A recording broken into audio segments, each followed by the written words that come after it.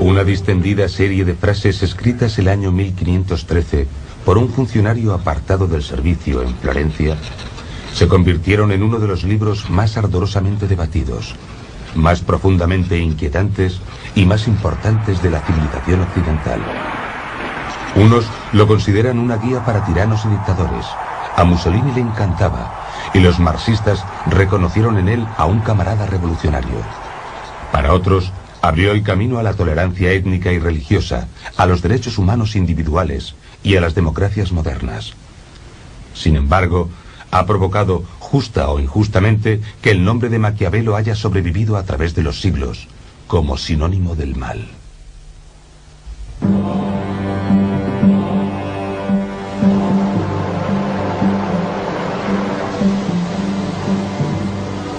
Comparo la fortuna con uno de esos ríos impetuosos que cuando se enfurecen inundan llanuras y destrozan árboles y edificios a su paso. Todos huyen de ellos. Todos ceden a su furia sin poder oponer resistencia alguna.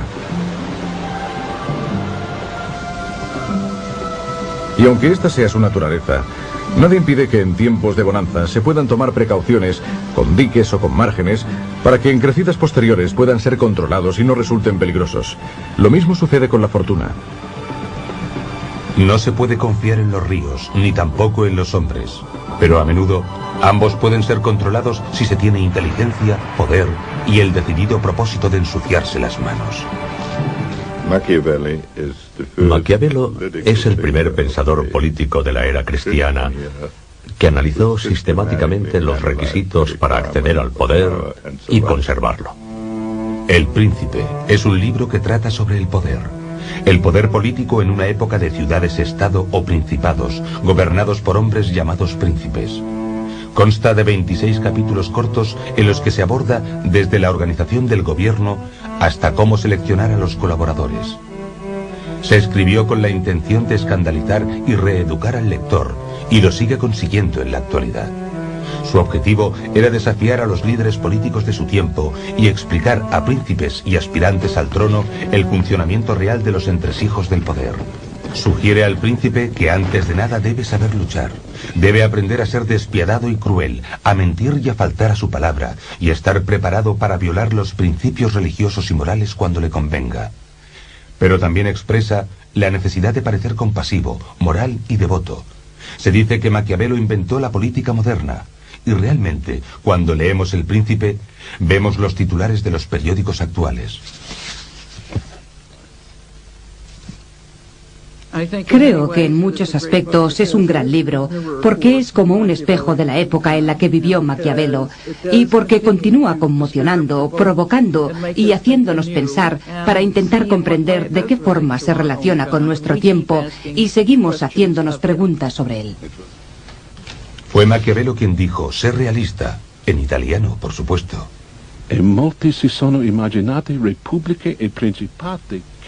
Muchos han imaginado repúblicas y principados que nadie ha visto jamás. Hay tanta distancia entre cómo se vive y cómo se debería vivir, que quien sustituye lo que se hace por lo que se debería hacer, se encuentra en el camino de la autodestrucción. El enfoque de la realidad por parte de Maquiavelo concuerda con su tiempo. Copérnico estudia los cielos y Leonardo disecciona cadáveres. Ambos intentan comprender de qué forma hizo Dios la materia, no a partir de la teoría, sino a través de la observación directa. Del mismo modo que a Leonardo le interesaba el estudio minucioso del mundo natural, en cierto sentido a Maquiavelo le interesaba el estudio minucioso del mundo de la política y de la historia. Pero las disecciones y las autopsias nunca son agradables. Uno de los descubrimientos más terribles que se atribuyen a Maquiavelo es la idea de que el fin justifica los medios. Sin embargo, él no lo expuso exactamente así.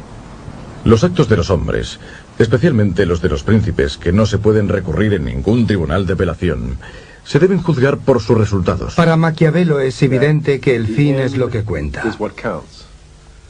Lo menciona en diferentes ocasiones, y a nosotros nos parece un razonamiento malvado. Hay situaciones en las que cuanto más se amenaza la supervivencia, más pequeño es el margen de elección. A no ser que prefieras ver tu sociedad destruida a perseguir objetivos marginales.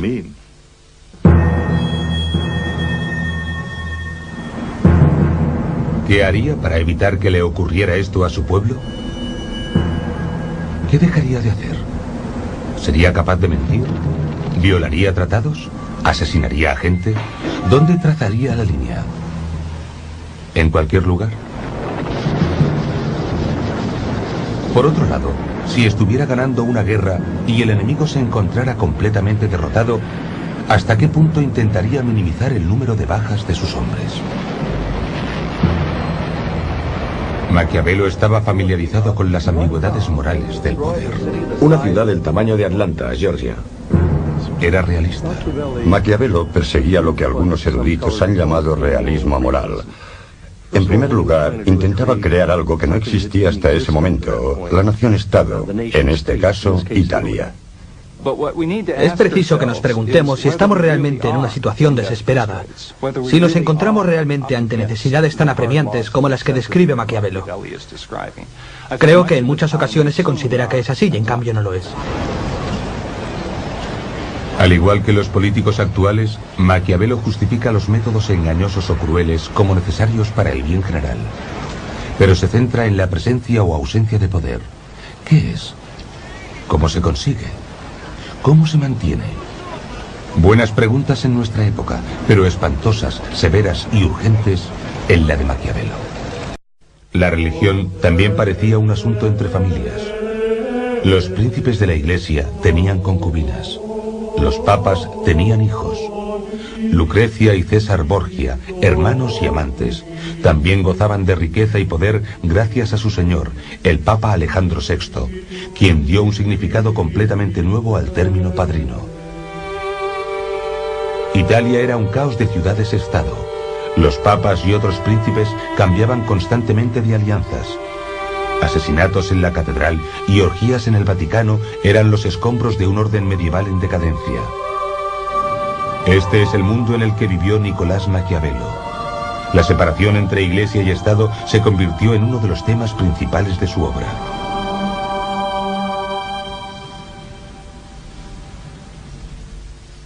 Mantener la religión apartada del Estado era una idea con vida propia.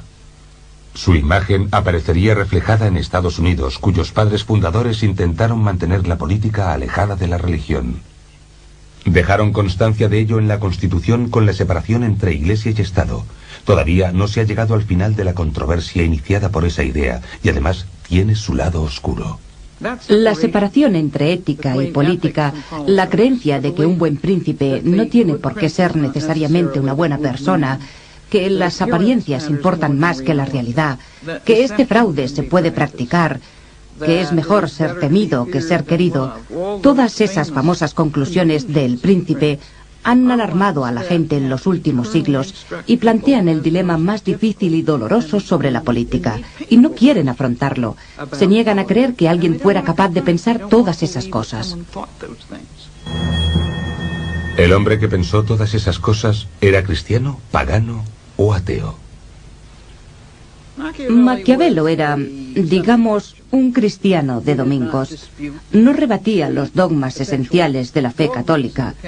Simplemente los dejó a un lado cuando se propuso pensar y opinar sobre la política. Si el príncipe descrito por Maquiavelo parece tener muchas carencias morales, el precio que paga es claramente excesivo. Debe amar a su patria más que a su alma. Debe estar preparado para ir al infierno por ella. Matar a un hombre es siempre matar a un hombre. Y un príncipe tiene que estar preparado para hacerlo. Debe estar preparado para ir al infierno si es preciso. Tener el poder, ser gobernante, ser un príncipe es intrínsecamente un trabajo dramático, sin redención y sin justificación. A Maquiavelo le parecía posible vivir con puntos de vista contradictorios y, por tanto, no se veía a sí mismo tal como fue enseguida considerado como un anticristiano ni nada parecido. Algunos piensan que debería enseñar a los hombres la forma de llegar al cielo, pero preferiría mostrarles el camino del infierno para que aprendieran a evitarlo.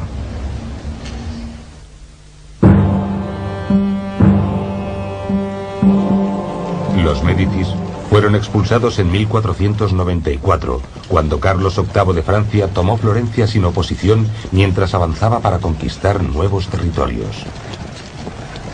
Nicolás Maquiavelo tenía 27 años. La ciudad, una república solo de nombre, se convirtió en una república de hecho. Su primer líder fue un monje intransigente, puritano pero muy popular, llamado Savonarola, que denunció la corrupción de la Iglesia. Su nombre está ligado a dos de las hogueras más notables de la historia. En la primera, Savonarola quemó libros y obras de arte. En la segunda, la Iglesia lo quemó a él. El lugar, delante del Palacio Comunal, todavía está marcado en la actualidad. Unas semanas más tarde, Nicolás comenzó a trabajar para el gobierno republicano de Piero Soderini. Maquiavelo trabajó para el comité que se encargaba de la defensa y de los asuntos exteriores. Su tarea era cuidar de las necesidades del ejército y también realizó diversas misiones especiales a cortes extranjeras. Entonces estuvo viajando por toda Italia y conoció a muchos grandes señores y gobernantes, como César Borgia. Borgia es una leyenda de su tiempo por su carácter cruel y depravado. En una ocasión invitó a sus enemigos para negociar la paz y los mató a todos. Esta fue la principal impresión que se formó de Borgia. Su sangre fría y su capacidad para utilizar la violencia, digamos, crudeltà bene usata, que se llevaba a cabo por un objetivo político muy concreto. No era solo para hacer una demostración de poder, sino de un modo mucho más funcional.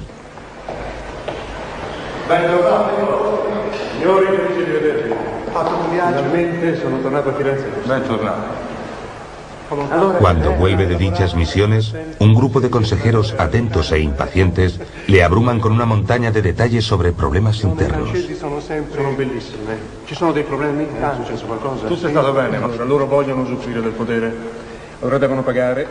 Pero Nicolás tiene cosas más importantes en que pensar. Es un visionario, un patriota italiano convencido de que solo un líder singular y poderoso puede unificar Italia. Y sabe que la independencia requerirá un ejército formado por ciudadanos.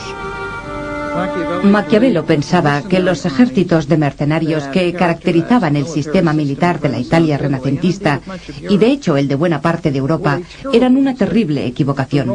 Los romanos habían tenido milicias civiles y cada estado debía utilizar a sus propios ciudadanos. Solo de esta manera se podía conseguir que los civiles expresaran su compromiso y su genio en defensa de su Estado. Y eso daría muy buenos resultados por lo que respecta a las leyes internas, a las instituciones y también al carácter peculiar de la nación en su conjunto. Maquiavelo vende la idea y en una guerra contra sus vecinos de Pisa, sus soldados civiles se comportan de una forma aceptable. Pero en 1512 se enfrentan a las tropas españolas, mucho más preparadas, en una ciudad llamada Prato. Los mercenarios españoles provocan el pánico en las filas de los milicianos de Maquiavelo y a continuación se desencadena una matanza. Como consecuencia de la derrota, los Médicis volvieron para acabar con la República de Soderini y con la carrera política de Maquiavelo. Según Nicolás, el irreflexivo Soderini podía haber aplastado a los Médicis a su retorno si hubiera sido lo suficientemente despiadado. Para gobernar es preciso tener algo más que proyectos políticos. Con el fin de mantener el poder, un príncipe se ve a menudo obligado a actuar en contra de la buena fe, la caridad, el buen sentido o la religión. Si es posible, no debe desviarse de lo que es correcto, pero si es necesario, debe hacer el mal.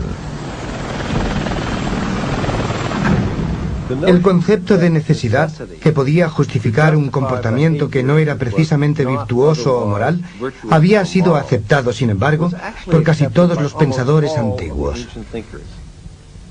Los críticos de Lincoln en su época pensaban que era un dictador, pensaban que era un tirano, pensaban que no era un demócrata, pensaban que, a pesar de su encanto de hombre rústico y pueblerino, Era un egocéntrico que gobernaba en la mayoría de las ocasiones de manera anticonstitucional. En el caso, por ejemplo, de la suspensión del habeas corpus, probablemente fue así. Y este es quizás un magnífico ejemplo del liderazgo de una democracia según Maquiavelo. También hay física en la política. Y tarde o temprano, cada líder descubre por sí mismo las leyes de la relatividad y la incertidumbre, también conocidas como la ley de las consecuencias involuntarias. Si se considera todo como es debido, se encontrará alguna cosa que parecerá virtud, pero que si se sigue traerá consigo la ruina.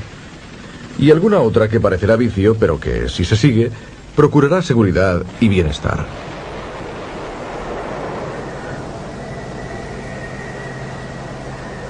Messeri ci hanno dato la lista di capponi e lui ha confessato e ha fatto dei nomi. Dimmi, ¿qué nome ha fatto? Pietro Paolo Los Médicis, de nuevo en el poder, han descubierto una conspiración para deponerlos y tienen una lista de personas que los conspiradores esperaban reclutar.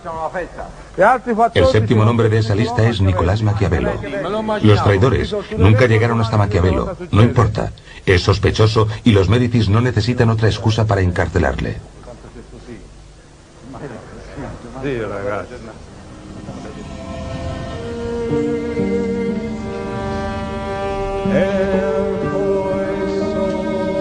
Es una plegaria que cantan los sacerdotes, dedicada a los que van a morir. Este canto es para los artífices de la lista.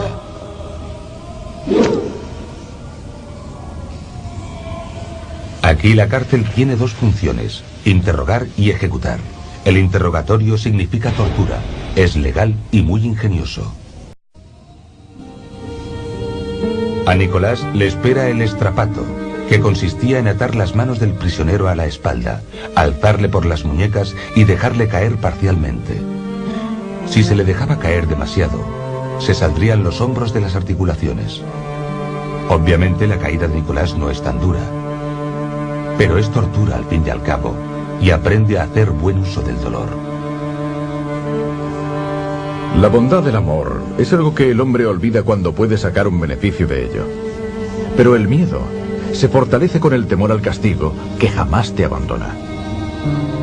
La experiencia de los meses anteriores no ha llevado a Nicolás a ver la vida con más romanticismo, pero ha sido muy instructiva. En la primavera de 1513, Juan de Médicis se convierte en el Papa León X. Hay una amnistía general y Maquiavelo es liberado, pero con restricciones.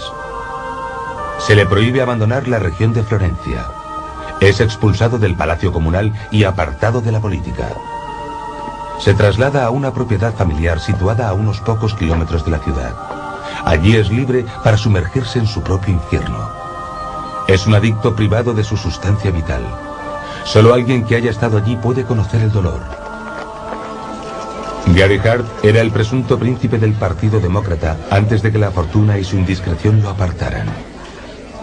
En muchos sentidos, es un infierno poseer un talento que no puedes utilizar.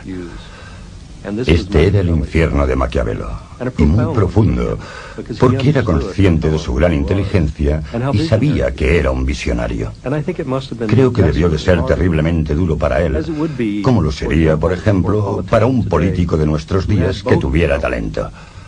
Y aquí está el elemento crucial. Una dependencia monolítica de su adicción a la participación. Hablando solo a título personal, he intentado desesperadamente y con cierto éxito no ser demasiado dependiente de la política o de la adrenalina de la participación para poder vivir sin ella.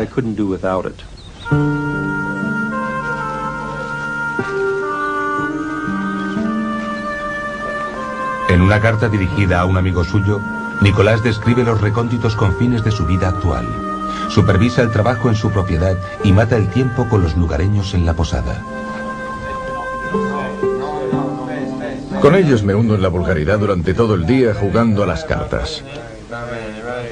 Estas partidas provocan numerosas disputas con incontables insultos. Y a menudo nos peleamos por un centavo. Metido en estas trifulcas, evito que mi cerebro se enmohezca. En el aspecto personal, Maquiavelo parece muy humano. Es compasivo, ingenioso y mal hablado, a veces incluso obsceno. Está casado, pero se siente atraído por otras mujeres y ellas hacia él. Maquiavelo era un gran tipo. Era simpático, afable y leal a sus amigos. Le encantaba salir a tomar unas copas. Le gustaban las mujeres. Le apasionaba una buena conversación. En resumen, era un tipo corriente y jovial. Bueno, corriente tal vez no sea el mejor calificativo, pero es mejor cualquier cosa antes que maquiavélico. Era bien parecido y también un hombre con mucho talento. Escribió la mejor comedia de nuestra literatura, La Mandrágora, en 1518. Bueno, es una comedia con un trasfondo muy amargo e incluso sombrío, pero es una obra muy divertida, maravillosa. Al atardecer, regreso a mi casa y voy a mi estudio. Antes de entrar, me quito la ropa cubierta de barro y polvo y me pongo prendas finas y elegantes. Vestido apropiadamente, entro en las antiguas cortes de los antiguos hombres, donde, recibido por ellos con afecto, me alimento con ese manjar que me pertenece y por el que vine al mundo.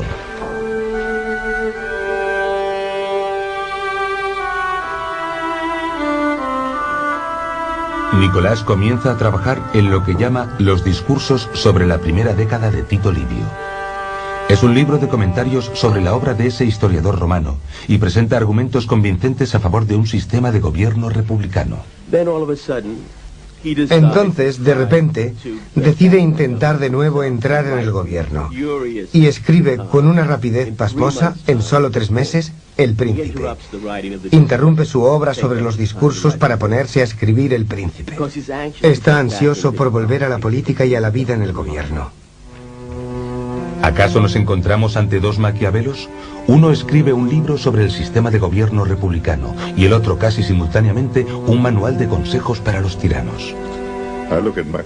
Yo veo El Príncipe de Maquiavelo como una obra sobre el arte de gobernar y los discursos sobre cómo conseguir los objetivos deseables en las declaraciones públicas.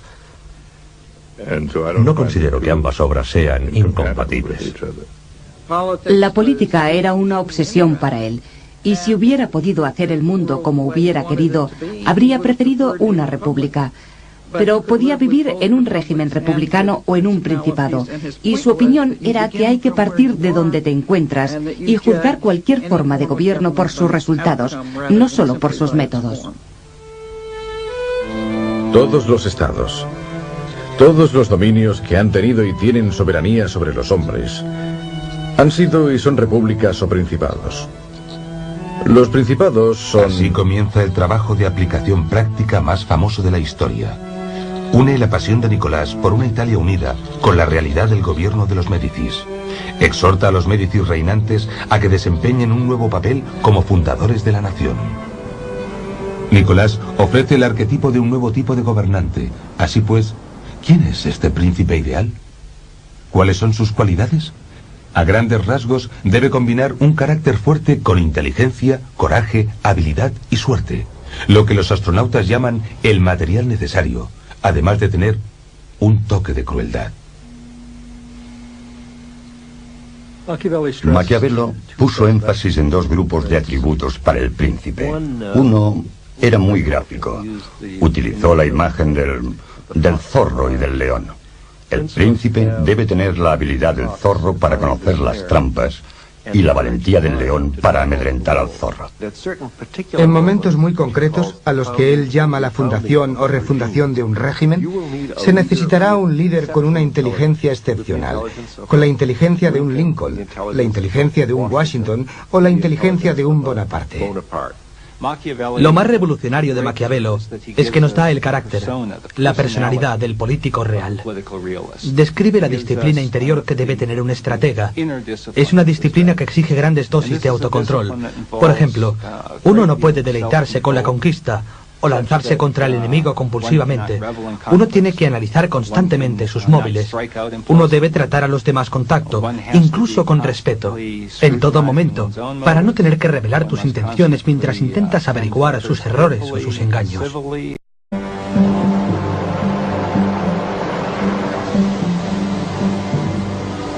Comparo la fortuna con uno de esos ríos impetuosos que cuando se enfurecen inundan llanuras y destrozan árboles y edificios a su paso.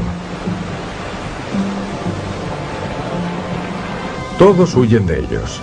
Todos ceden a su furia sin poder oponer resistencia alguna.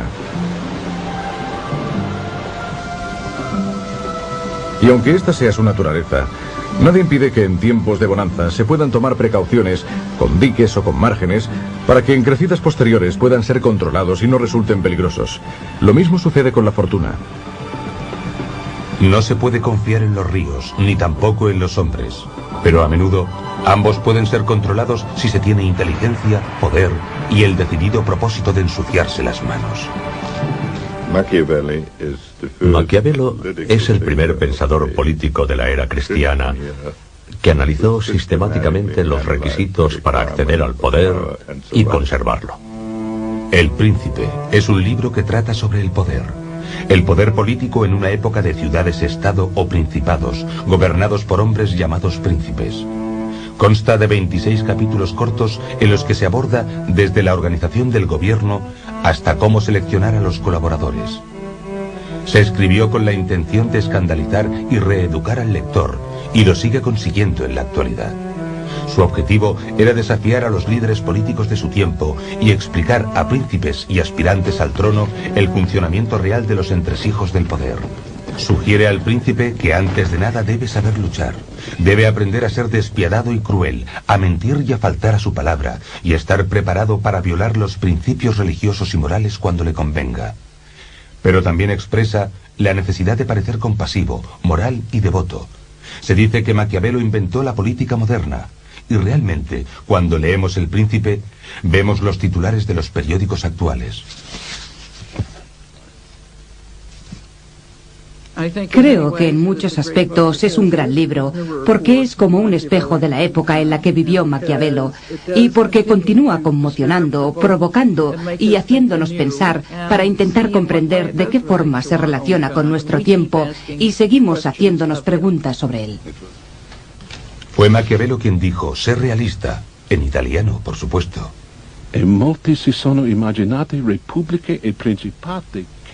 Muchos han imaginado repúblicas y principados que nadie ha visto jamás. Hay tanta distancia entre cómo se vive y cómo se debería vivir, que quien sustituye lo que se hace por lo que se debería hacer, se encuentra en el camino de la autodestrucción. El enfoque de la realidad por parte de Maquiavelo concuerda con su tiempo. Copérnico estudia los cielos y Leonardo disecciona cadáveres. Ambos intentan comprender de qué forma hizo Dios la materia, no a partir de la teoría, sino a través de la observación directa. Del mismo modo que a Leonardo le interesó.